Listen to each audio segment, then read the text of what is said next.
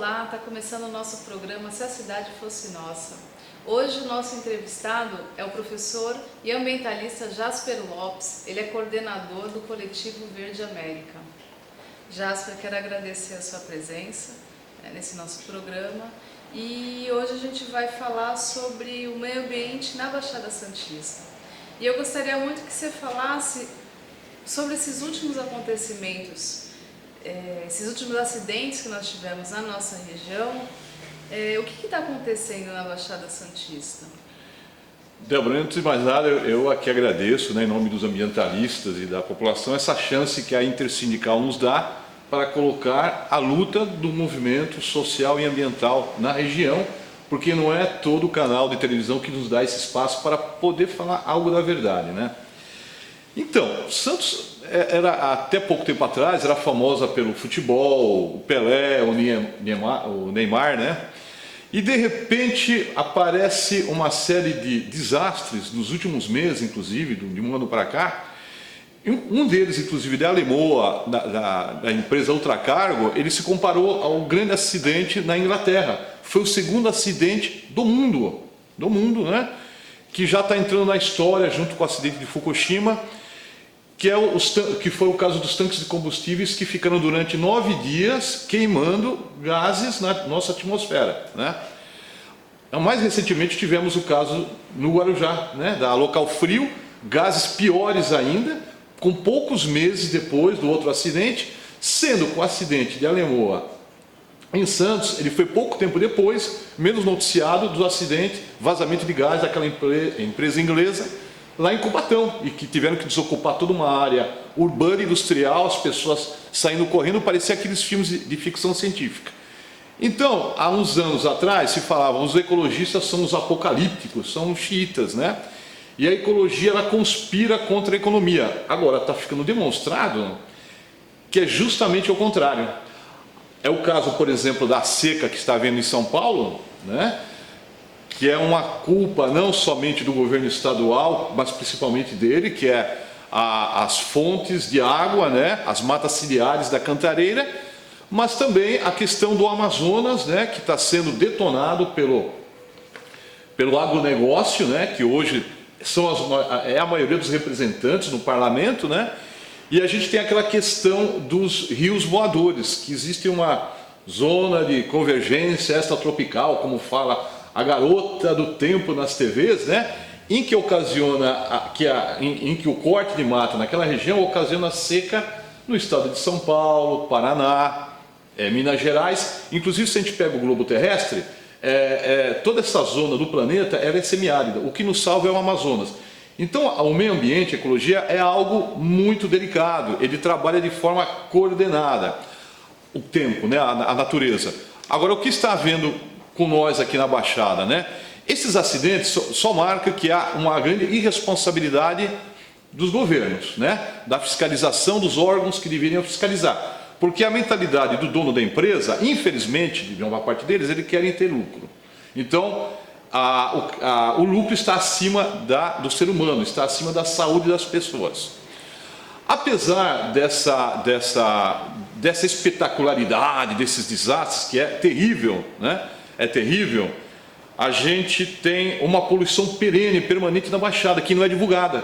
Inclusive, há uns tempos atrás, a gente teve uma reunião nos sindicatos petroleiros, e que veio o engenheiro Hélio Lopes, o professor universitário, foi secretário de Meio Ambiente em Guarujá, mas antes de mais nada ele foi o presidente do CETESB, e ele mesmo nos denunciou a vários representantes dos movimentos sociais que a grande poluição na Baixada se dá de madrugada, quando a CETESB não controla esse ar. Então, algumas indústrias irresponsáveis soltam seus produtos. E existe uma mini zona de convergência extratropical, comparado com a do Brasil, que vem de Cubatão, passando pela área continental de São Vicente, pegando um pouco da zona noroeste de Santos, e que vai parar em Praia Grande, mais ou menos entre o bairro da Guilhermina e Oceano. Eu moro lá nessa terceira zona, e a gente sente o cheiro de benzeno. Então a gente nos perguntávamos há anos atrás por que os índices de câncer na Baixada Santista são os maiores do Brasil, Outra coisa, a contaminação, A contaminação é igual ao saneamento básico, é um cálculo da ONU, não sou eu que estou falando isso. 60% das internações hospitalares, leitos hospitalares no terceiro mundo, são devido a fatos relacionados com a falta de saneamento básico, que é algo ambiental e social. As pessoas não têm a água correta, né, a água purificada e nem rede de esgoto correto. Se você elimina os problemas ambientais somente no saneamento básico, você automaticamente tem 60% a mais de leitos. Agora imagina o ar que nós estamos respirando e a água, né? Então a gente tem um problema aqui, muito sério, só que não adianta a gente ficar protestando no Facebook. A gente teve casos, por exemplo, eu vou citar um caso, o caso da Shell lá em Paulínia, né? Onde a própria classe operária, os trabalhadores, foi feito um filme sobre isso. Uma das lideranças foi o Arley Medeiros, que hoje, inclusive, ele é da região lá de Campinas. É um dos dirigentes da Intersindical. Da Intersindical. Olha só, a população conseguiu se organizar, provou, primeiro aconteceu com os animais, depois pessoas morrendo com enfermidade, porque vai de câncer a muitas outras coisas. E aqui na Baixada, a gente teve o exemplo da Ródia, né? Aquela empresa francesa que contaminou toda a Baixada Santista. Você vai no bairro de Rio Branco, lá em São Vicente, e vê as pessoas com sérias doenças e das piores possíveis. Então, o meio ambiente é uma coisa grave na nossa região. Uma região que é maravilhosa, naturalmente. E a gente percebeu que com todos esses acidentes não havia uma infraestrutura mínima para o combate.